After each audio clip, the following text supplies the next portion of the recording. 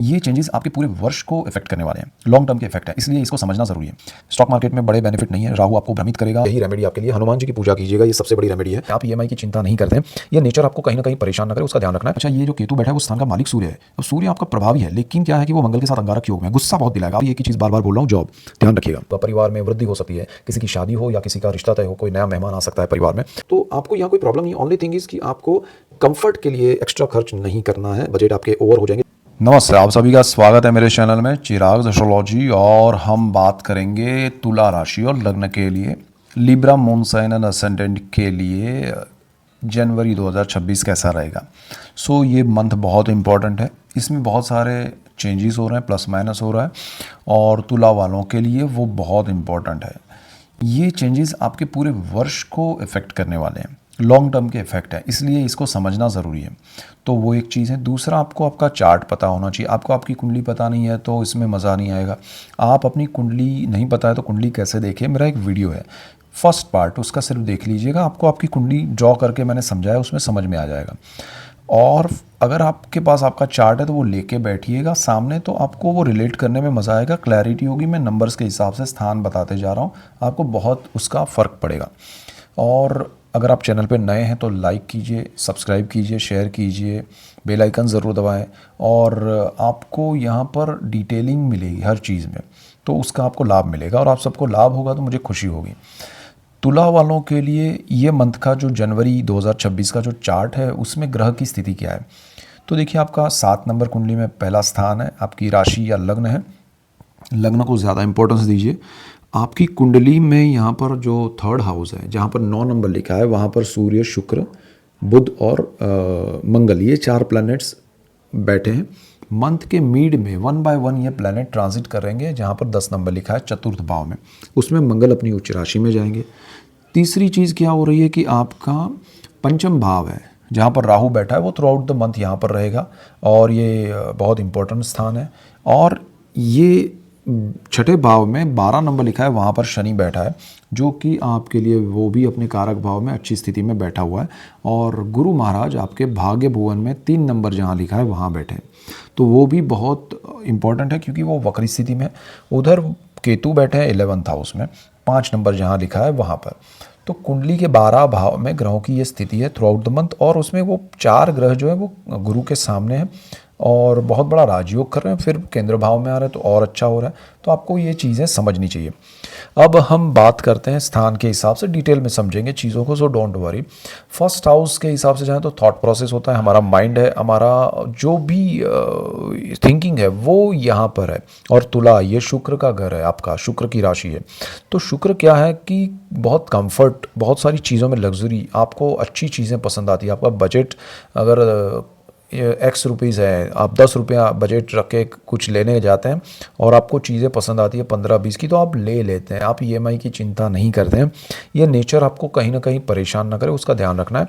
शुक्र आपको ये महीने में, क्यों मैं ऐसा कह रहा हूँ, ये महीने में बहुत सारी लग्जरियस लाइफ की चीज़ें जो है वो आपको कहीं ना कहीं उसके साथ मिलाएगा, रूबरू कराएगा, आपको वो पसंद आएगी, आपका बजट बढ़ जाएगा, तो पूरे वर्ष तक आपको उसका इफेक्ट मिलेगा। तो यहाँ आपके बजट के हिसाब से जो चीज़ें वो लीजिए, उसका आनंद लीजिए, तो मज़ा आएगा। हमेशा आप सोचते रहेंगे कि मैं ये पाना चाहता हूँ, वो पाना चाहता हूँ, तो वो आपका यहाँ पर बढ़ने वाला है ये मंथ में, जनवरी में, और 2026 में बहुत ज़्यादा कुछ होने वाला है। तो अपने थॉट्स को कंट्रोल कीजिएगा, ठीक है, मेडिटेशन करेंगे तो ज़्यादा बेटर रहेगा। सेकंड हाउस जो है वहाँ पर 8 नंबर लिखा है, मंगल का घर है। मंगल की स्थिति जो है कुंडली में वो 3rd से 4th हाउस में जाने वाली सिचुएशन है, और उच्च स्थिति की ओर। तो मंगल उच्च की ओर जा रहा है। ये सेकेंड हाउस परिवार का है, पूरा परिवार आपके लिए सपोर्टिव बनेगा। परिवार का अचानक से आपको सपोर्ट मिलेगा, लाभ होगा, परिवार से अचानक मिलना होगा, जुड़ना होगा, परिवार में वृद्धि हो सकती है, किसी की शादी हो या किसी का रिश्ता तय हो, कोई नया मेहमान आ सकता है परिवार में, सिचुएशन बहुत अच्छी रहेगी। आपका सेविंग्स जो है वो बढ़ सकता है, अचानक से धन लाभ हो, सही दिशा में उस सेविंग्स को लगाइएगा तो ज़्यादा बेनिफिट होगा। और वाणी से आपको लाभ होगा, लेकिन वाणी में अग्रेशन कम रखिएगा, कहीं ना कहीं वो आपके रिश्तों को कहीं ना कहीं थोड़ा डाइल्यूट ना कर दें या दरार ना डालें, वो ज़रा देखिएगा, बाकी कोई प्रॉब्लम नहीं है। 3rd हाउस में जाते हैं, 9 नंबर लिखा है, चारों ग्रह शुक्र, सूर्य, बुध और मंगल यहाँ पर बैठे हैं 13 तारीख को शुक्र ट्रांजिट कर जाएंगे, 14 को मकर संक्रांति सूर्य करेंगे और 16 तारीख को मंगल मकर में जाएंगे और फिर बुध 17 को जाएंगे। तब तक ये यहाँ पर बैठे हैं। गुरु बिल्कुल सामने भाग्य भुवन से दृष्टि योग कर रहे हैं। साहस, पराक्रम, brother sister, public relation, HR, media, communication का भाव है। ज़बरदस्त बड़ा कुछ होगा आपके जीवन में, कुछ बड़ा होने वाला है, ज़बरदस्त होने वाला है। आपको अचानक से बड़े लाभ मिलेंगे। आपका अगर जॉब है या बिजनेस है या आप कुछ बढ़ाना चाहते हैं अपने जीवन में, कुछ नया प्लेटफॉर्म शुरू करना चाहते हैं, नई जगह पर आप कुछ परफॉर्म करना चाहते हैं, आपके लिए स्टेज बनेगा, मंच आपको मिलेगा, अपने आप को आप लोगों के सामने प्रेजेंट कर पाएंगे।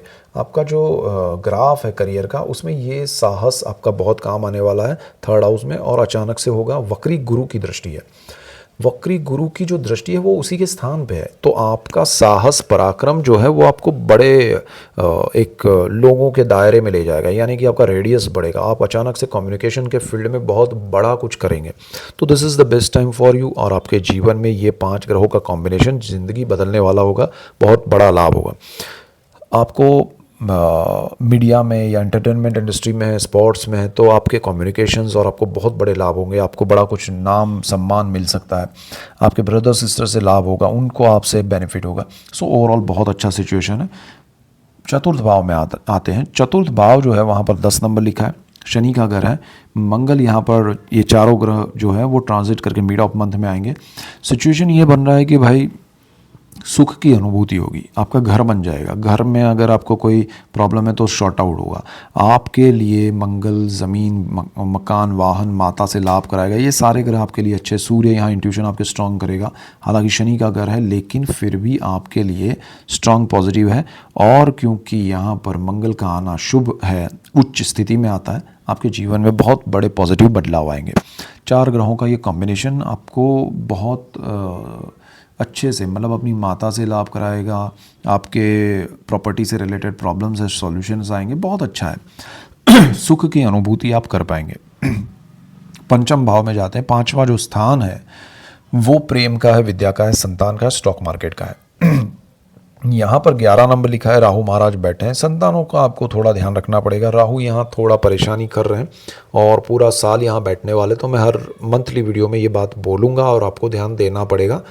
आपके संतानों को जो कुछ पढ़ाई कर रहे हैं, अगर वो रिसर्च के फील्ड में है तो अच्छा है। मेडिसिन, फार्मा, मेडिकल, कम्युनिकेशन, आपका जो केमिकल इंडस्ट्री है, या फिर कहें कि जो भी मेडिकल की अलग अलग ब्रांचेस है या पैरामेडिकल जो भी चीज़ें होती है, उस सारी चीज़ों में अगर वो पढ़ाई करें तो उनके लिए अच्छा है।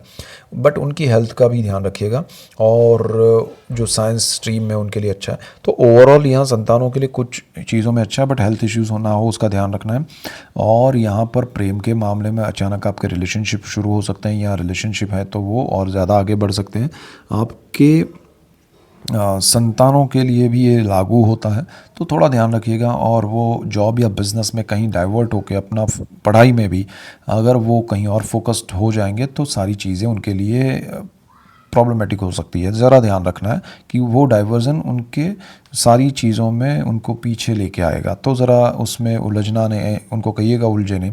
और अगर आप खुद स्टूडेंट है या आप जॉब कर रहे हैं या बिज़नेस कर रहे हैं, आपका तुला लग्न या राशि है, तो आपको भी ध्यान रखना है। स्टॉक मार्केट में बड़े बेनिफिट नहीं है। राहु आपको भ्रमित करेगा और शॉर्ट टर्म में बहुत कुछ पाने के लिए लालच देगा, मत उलझिएगा। यहाँ से आगे बढ़ते हैं 6ठे भाव में। 6th हाउस जो है वहाँ पर शनि बैठे हैं। ये जॉब का स्थान है, रोग ऋण शत्रु का है। शनि यहाँ बैठे हैं, कारक भाव में है, और कारक भाव में बैठे ग्रह उसको थोड़ा दूषित करते हैं, और शनि है तो ज़्यादा इफेक्ट करेंगे। जो लोग जॉब कर रहे हैं उनको ध्यान रखना पड़ेगा। जॉब में आपको मज़ा नहीं आएगा, आपको जॉब में स्ट्रेस लगेगा, आपको सीनियर्स या जो भी पॉलिटिक्स होगा ऑफिस का या जो भी है वो ज़रा आपको परेशान करेगा, तो आपको वो परेशानी झेलनी पड़ेगी।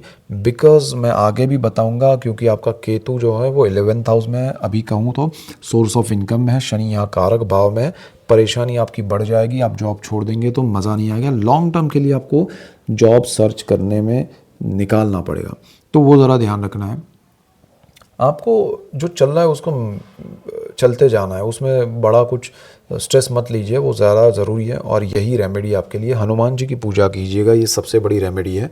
और यहाँ पर देखिए, आपको रोग की प्रॉब्लम है अगर आपके सामने आती है तो उसका इलाज करवाइएगा, थोड़ा लंबा चलेगा लेकिन ज़रूर करवाइएगा, लेकिन ओपिनियन लेके।